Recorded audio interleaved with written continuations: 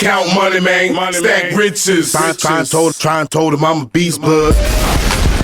What's up, gang? Welcome to the G.R.I.N.D. Simon Arias here. Get ready, it's a new day. What's up, gang? Welcome to another episode of the G.R.I.N.D. Get ready, it's a new day, and we're gonna talk about. I've just been thinking so much about the difference between being good and being great, and so being good. Being good, it's above average, so it's good. But it's a trap to me because all the people that are good enough to be good, that means that you had enough gifts and talents and know-how to get to the being good. That the biggest difference between being good and being great is, are you obsessed? And so I don't agree with every single thing that Grant Cardone has to say. I like some of his stuff. I like, a lot of his stuff. But I'm just going to talk about one thing that I do believe 100% is, this dude's book, Be Obsessed or Be Average. Because anybody that I've seen or you've seen that's become special good, like Hall of Fame good, legacy, people talk about them for years and years and years to come. Those people, I would say all, if not all, we got to say the majority of those people were obsessed.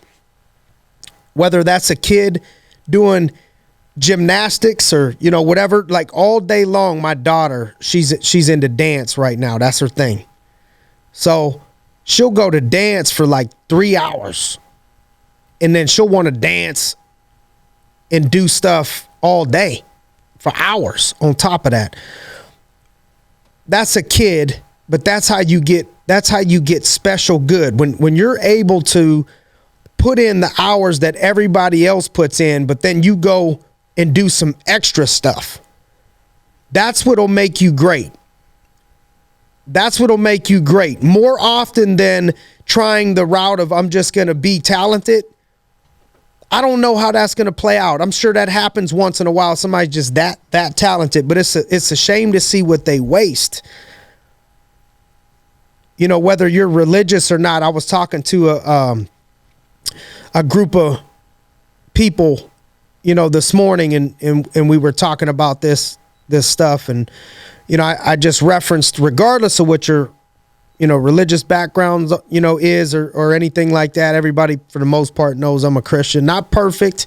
Don't try to be, but I got friends that are from different backgrounds that are not. And that's okay too. And so I just so happen to use the parable of the talents, which is in the Bible, and, you could pick the number, but it talks about, the one that had, one got 1 talent, the other one got 3 talents, the other one got 5 talents. And, I don't know if I got the numbers exact. It's been a while, but when I referenced it, the moral of the story was, the one that buried his talent in the ground and didn't think that he should even take any risk. So he just buried it in the ground, and the other 2 made their talents increase and doubled them. And they said the talents were like coins, like currency. And so the one that doubled the talents, they said, good job, or well done, good and faithful servant. And so great job to you guys. And so what I did for the one that buried it, the story is they took the one that he did have and gave it to somebody else. And so if you're good enough to be good, you've been given some gifts and talents. It's time for you to double those gifts and talents now. I think the best way you could show gratitude is to use your gifts that you've been given. That's why they're called a gift. I believe each and every single person has a gift. They may be gifted in different things. Some people are funny, some people are fast. But people got gifts. And I think if you're able to go all in with that gift and you go all in and you realize it's not even yours, how could you be lazy and keep it? Because it's not even yours. It's a gift. That's why we got to continue to give. And the more that you go out there and give and serve, the more that'll come back to you. But it got to be an obsession if you want to be great. So I don't know who's listening to this. I don't know what your background is, whether it's business, sports, what's going on. But I'm telling you right now, if you just want to be good or you want to be average, you can do the amount of work and do what everybody else does. And maybe you'll do well. Maybe you'll do okay. But if you ever want to be great, if you ever want to be special, you got to be obsessed. You got to be obsessed. And sometimes being obsessed doesn't taste good. It's not stuff that's fun to do. It's the stuff that's not fun to do that's going to make you great. How many of us are avoiding the things that are not fun to do that are going to make us great? Are we avoiding those things? Because sometimes people feel like, well, if I don't love everything about this, if it's not all sunshine and rainbows, then it must not be meant to be. And I don't think that's the proper way of thinking and looking at it. Because, so I got a young man that I've supported for years, man, because I believe in his character and in the work that he puts in. And I want to play a role in helping him achieve goals and dreams and impact his life. And the young man's name's Dalton Rasta. And so he's trying to fulfill his dream of being a world champion professional mixed martial artist. And so he's moved down to Coconut Creek, Florida, to fight with American Top Team and train with American Top Team. And, that's a 24-year-old man, leaving all of his family, leaving friends, leaving relationships, leaving a place of comfort where he lives to move to a place where he has no friends, no family, no nothing, no job other than this all day long. And so he got a fight coming up and I saw a post he put up. He said, 2 more weeks of hell, all for 15 minutes of glory, if that. 2 more weeks of what? He said 2 more weeks of hell. That's what I think people don't miss. If you want to win, sometimes you got to go through hell to get to heaven. And people want to go to heaven, but people, sometimes they don't understand they got to go cut through hell. You got to cut through hell to get to heaven. And so what is it for you? What is it for you? That's your hell. 2 weeks of hell. What's the grind that you're supposed to be? What are the things that you don't feel like doing that you know is going to pay off for you down the road? The good thing about the majority of the people that are in business or listening to this, if you do it, it's not for 15 minutes. If you make the sacrifices and go all in and do the things that you don't want to do, you can change your entire life for the rest of your life. But you got to pay the price. There's going to be obstacles. There's going to be adversity. Personal life stuff is usually harder to deal with than the business stuff. If you can win the personal life stuff, the business side of things gets easier. And so I think to go to where we want to go, we have to deal with personal life issues. You have people that are on top of every industry that people want. Let's say I'm an actor and I look up to Denzel Washington, or I'm a mixed martial artist and I look up to Conor McGregor, or I'm a real estate person and I look up to this person, or I'm a hooper so I look up to LeBron. Whatever it is. Whoever the people are that you look up to, I can promise you, they have learned how to overcome adversity. You need to do the exact same thing. I'll never forget watching Brett Favre lose his dad when he was a beast quarterback in the NFL for the Green Bay Packers. And so he would lose his dad. He lost his dad, and then he still showed up. I don't know if he was still with the Packers, but he still showed up and played phenomenal. I think he threw 5 touchdown passes or something a few days after. Michael Jordan's dad got murdered. Still found a way to win a title. Get through that. Get over that adversity. How? How? Because the people that you admire, the people that you want to be, the people that you aspire to be, the person that's inside of you that can take it to the next level, the only thing standing between you and where you want to go is, can you handle the adversity? And this is why it ain't all the people that make it don't all have big muscles, because the adversity that you need to overcome is not about how much physical toughness you have, although that's great. But it's about how much mental toughness do you have, because that's what lasts. That's what wins. Mental toughness, spiritual toughness, inside of you, built up, not the outside of you. That's just a physical body.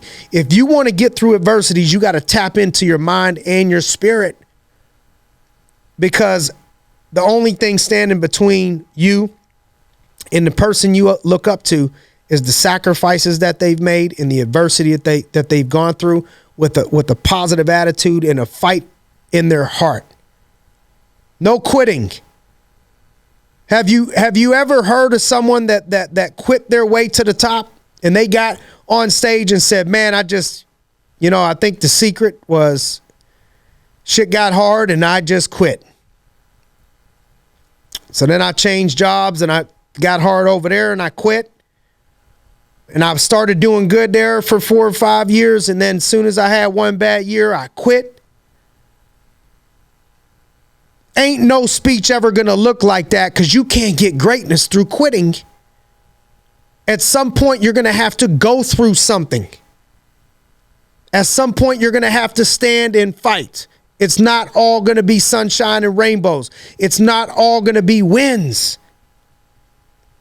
You might lose. You might take a loss. You can't accept it, but you got to move forward. You have to be able to get through adversity. You have to be able to get through personal life things going on. Sometimes it's death. Sometimes it's a breakup with a spouse or significant other. Like, you have to be able to use it as motivation. Like, an example I'll give is my grandfather. When I was a kid, my dad wasn't around. I didn't know really who he was till I was late in my 20s. And when we did start to develop a relationship, he was a cool dude. It was all good, but I had to be ready, for that moment, because it takes a whole different mental and spiritual approach to talk to somebody that you haven't met, and you had a whole childhood and a whole life, and then you meet this man for the first time and all of that. But I think my grandfather I called Dad, because my mom called him Dad, and by the time I realized, my aunts called him Dad. By the time I was old enough to realize what was going on, no one, I guess, corrected me. I just kept calling him Daddy. It was like awkward, because I'm like, man, do I call him grandfather? Do I call him Dad? I don't want to hurt his feelings, and you know what I mean? And all, it was weird, because I didn't have that position filled. And so he stepped up amongst others. I literally had a bunch of people, when they say it takes a village to raise a child, man, there's so many people that helped play a role in my life that, it took a team effort, because we didn't have any money and we didn't have any help and we didn't have, none of that stuff. So it was like literally a bunch of people that helped. And my grandfather was one of those major contributors, and he passed away a few years ago. I watched him, take his last breath, basically, died of cancer. And I gave the eulogy to this, to honor him, and then, which wasn't easy. And then Monday, that very next Monday, which kicks off our business week after that weekend of events, I was in here running our team meeting, leadership meeting, and then trying to inspire people. And I'm not saying that to because I want a pat on the back. I'm just telling you, I'm trying to lead by example. And I think that what I've learned from people that are great, and I'm not there yet, but people that I'm trying to emulate and be great, those people, when they have these adversities, even death, they find a way to spin that into motivation and positivity. And so in my mind, I said, this dude would not want me to cry, fold, break, bend because he passed. That would be worse. I feel like if he's watching down, he would be more upset if I did worse versus watch me do better. So I'm like, man, instead of letting myself go there, I'm going to use this energy that I'm already feeling. I'm going to use this pain that I'm already feeling, and I'm going to trick my brain into believing what I really feel is true, that he would have wanted me to go harder. He would want me to change more lives. He would want me to start winning. Because I know as a parent, myself, one day when I'm not here, I don't want everybody to be depressed and bawling and not paying their bills for a month. That ain't the legacy I want to leave. I want people to go to work and grind and celebrate and grind and do the best that you can with your life and be inspired. It ain't going to do none of us no good. We ain't helping nobody if we're all down. I know it's easier said than done. But if that's your perspective, it helps. Because you're going to have to go through some death. You're going to have to go through some obstacles, some trials, some tribulations, and you got to get through it on your way to playing and being great. And so I just want to encourage you as you take on this upcoming week, that if you're ready to take it to the next level, you got to go all in. You don't just dabble in things and try them out and think they're going to be successful. What you want to be successful, it's time to go all in. Be obsessed. Doesn't mean that you can't be a father. Doesn't mean you can't be, but depending on the circumstances, any way you slice it, don't hate the player, hate the game. You could find a way, but you got to be obsessed. Got to be obsessed or you're going to be average, good at best. And we got to overcome these hurdles and obstacles and adversities. And instead of letting them break us, you gotta make it take you to the next level. So no matter what this week brings to you, I want you to stand strong in the pocket, use it all for good. Anything that happens to you is happening for you. And try to walk in the fullness of your full destiny. If this helps anybody, please help me out. We want to spread the word. We want to share positivity with people and try to influence as many as we can. Can you share this with somebody else? And I want to thank everybody for joining us on another episode of the Grindcast. Get ready. It's a new day. Count money, man. Stack riches. Try and told him I'm a beast, bud.